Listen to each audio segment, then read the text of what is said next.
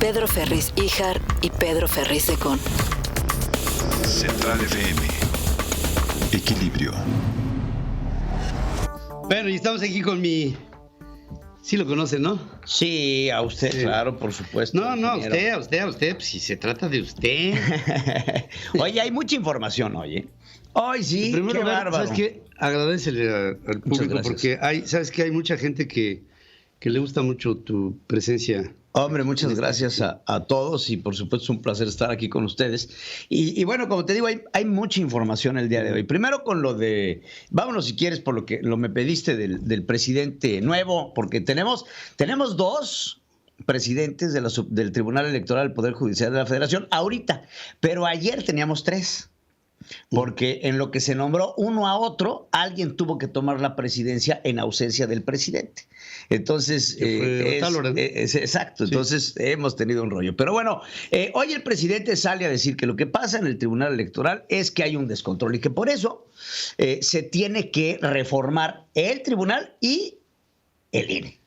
O sea, se confirma la teoría que traíamos que el presidente quiere controlar a los órganos electorales. Claro. El instituto y el tribunal. Ahora, ¿cómo tenían controlado al magistrado Billetes? Porque el magistrado Billetes tiene más de 30 denuncias de corrupción. Sí. Es un hombre que está en el ojo de la Unidad de Inteligencia Financiera y de Santiago Nieto, que ya le había congelado algunas cuentas por no poder comprobar una buena cantidad de millones de pesos, que de repente se hizo de ellos, se compró propiedades y demás, y que no iban de acuerdo con sus ingresos. Entonces, este magistrado, después de recibir senda reprimenda, habrá que recordar también que fue el mismo magistrado que le niegue el registro al enemigo acérrimo del presidente, que es Felipe Calderón Hinojosa, y niegue el registro de este partido político, México Libre, fue justamente este magistrado Billetes, que el día de ayer ya sus compañeros decidieron decir, ¿sabes qué? Ya, hasta aquí pintaron la raya, lo destituyen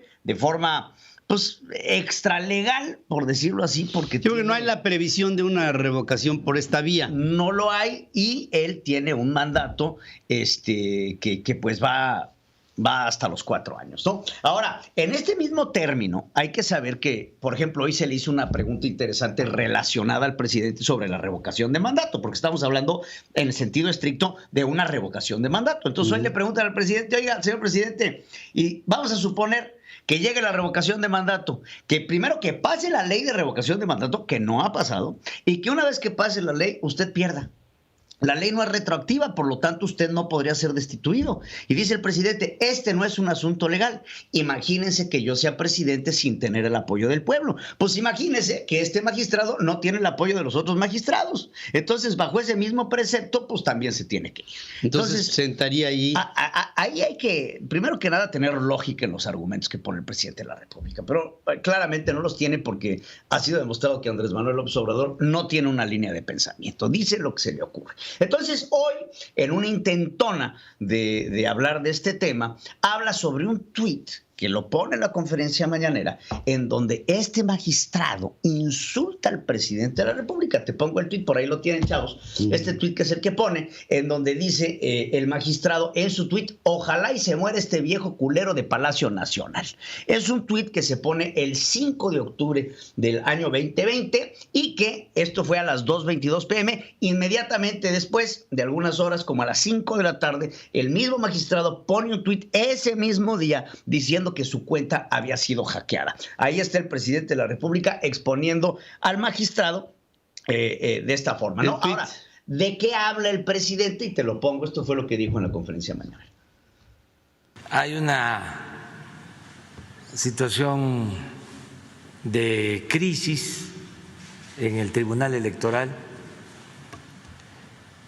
una descomposición.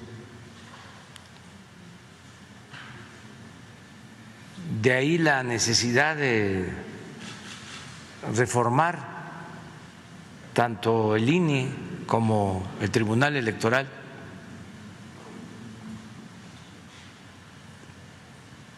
Me enteré ayer de que se reunieron los magistrados y destituyeron al presidente.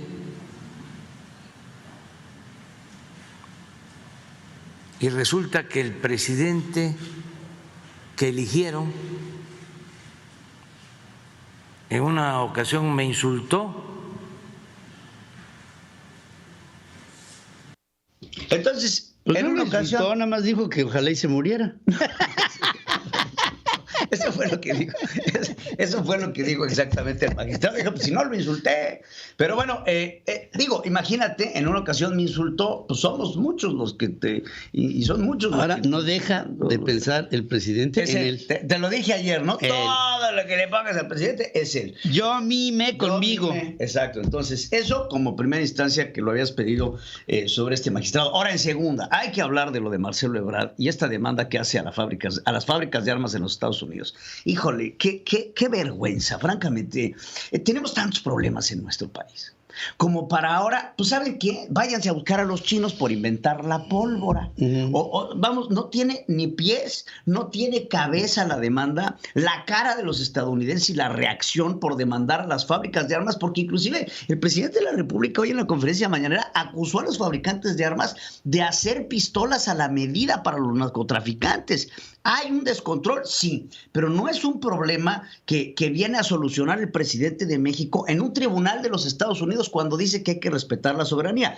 En los Estados Unidos está la segunda enmienda y esa segunda enmienda le da a los estadounidenses el derecho de comprar y portar armas. ¿Hay políticas para la compra y venta de armas? Sí hay background checks, hay chequeos que se hacen por parte de las policías, etcétera, etcétera. ¿Hay errores? Claro, es un tema que está en la agenda de los norteamericanos absolutamente todos los días, el asunto del famoso gun control. Ahora, de ahí a que tú vayas a demandar a una empresa que fabrica un producto y tú, que como dice el presidente, que ya estás grandecito, no lo sabes utilizar, entonces eso ya no es culpa del fabricante. Imagínate tú que mandes a tu hijo o a tu nieto a comprar un pesticida a una tienda y se lo come el niño, entonces es culpa del de la tienda.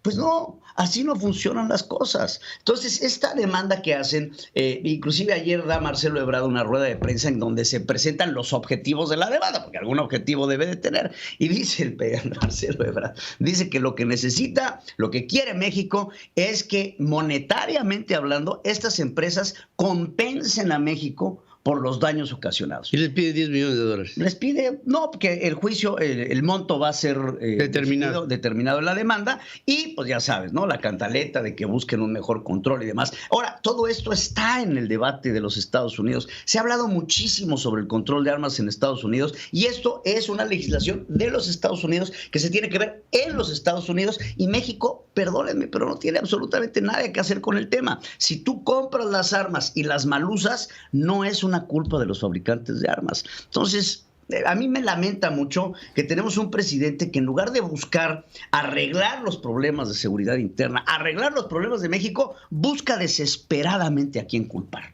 Ese es el problema más grande. Estamos buscando culpables y responsables y no soluciones. Fíjate que en el momento en que un arma hecha en los Estados Unidos pasa a suelo mexicano, el problema es que pasó. El problema es que pasó, pero el presidente acusa a las fabricantes de armas de venderle directamente al narcotráfico. Sí, y el narcotráfico, perdónenme, pero no le compra directamente a los fabricantes de armas. Ahora, hay un mercado en la Deep Web. Sí lo hay, porque dice el presidente hoy en la conferencia mañanera, es que compran las armas por internet. ¿Tú no crees que te metes a Google y compras una pistola R15 ni siquiera en los Estados Unidos? Te puedes meter y no se puede. No se puede comprar. Ahora, tiene que haber un chequeo, tiene que haber un trasfondo, pero sí hay un mercado del Deep Web en donde a través de las criptomonedas y a través de otros mecanismos se compran armas ilegales. Pero el problema sigue siendo el mismo. En un momento que un arma se hizo en Minneapolis y de repente acaba en Tlaxcala, pues el momento en que llegó y pasó por México, en ese momento el problema es que pasó. Y el problema es de México. El problema. Y el problema no es de los fabricantes de armas. Sí, o sea, ¿esto de dónde viene?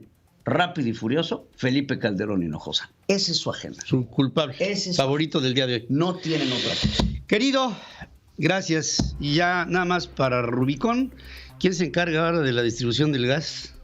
Eso está buenísimo. Hay una empresa que se llama Cava Energy. Esta empresa Cava Energy es de los papás de Carolyn Adams. Carolyn Adams es la esposa de José Ramón López Obrador, que te acordarás. Y aquí hay una nota muy interesante que no lo digo yo, lo publica Infobae, en donde dice ahí, en Infobae dice, fíjate, cuando José Ramón presentó a su novia, a su papá, le dice, voy a hacer a tu hijo todo un empresario del sector del gas, lo que molestó al mandatario porque antes José Ramón era coordinador del Partido Movimiento de Regeneración Nacional, fundado por su padre. Venga. Entonces, como diría el presidente, magnate gasero vamos a tener ahí en la familia. Gracias. Vamos a hacer una... Central FM. Equilibrio.